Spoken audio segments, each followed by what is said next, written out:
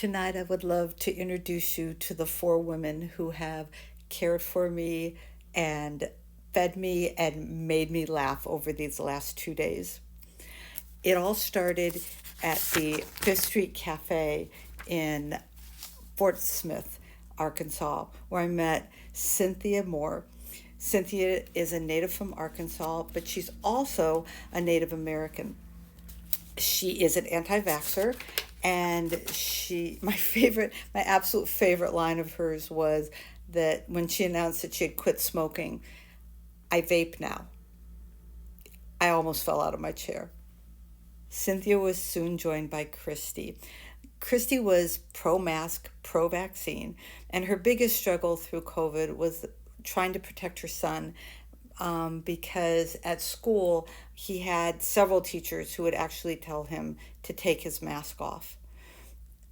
Christy is feeling fairly dissociated from this upcoming election, and my favorite part of our time together was that she took the time to draw in her favorite character that she had created years ago called Mr. Oinkers, and she added that to my flag. Sitting next to me, I met a fellow diner named Karen. Karen is from Natural Dam, Arkansas, and though she fears that the country is moving backwards, she is mostly concerned with how much people are judging each other right now. But even with that, she is feeling hopeful for this next election. Karen is a member of the Crossroads Cowboy Church of Natural Dams, Arkansas. The cowboy church movement was absolutely new for me, and what I've learned is that it's considered a trans-denominational evangelical seeker church, and it was founded in 1972 by a former rodeo clown named Glenn Smith.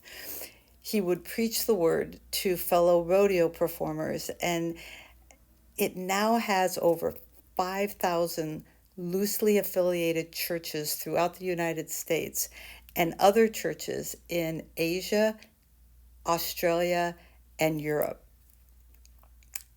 There is a lot to learn here. Next, I made my way to Little Rock, Arkansas, right across the street from the very famous River Ranch Market, sits the At the Corner Diner. Can we just talk about what you're looking at here? This is Gulf shrimp with cheese grits, Creole bacon sauce, spinach, and Parmesan, and a sunny side up egg on top. It is the most amazing thing I have eaten in these 7 treks that I have made. I have never enjoyed a meal more. The creator of this little slice of heaven is named Grace. Grace is the proprietor, and I am absolutely obsessed with her glasses. She describes her feelings as being discouraged and disheartened. The direct quote was, "The best country in the world should have the best candidates," and she just did not feel like that was the case here. And then finally, I landed in Tupelo, Mississippi. And when I asked where do all the locals eat, no surprise, it was here at the Cracker Barrel. And then I met the last of my Southern angels. This is Tori, and I will admit that I was a little bit sad when I heard her answer to how she was feeling. Tori said irrelevant.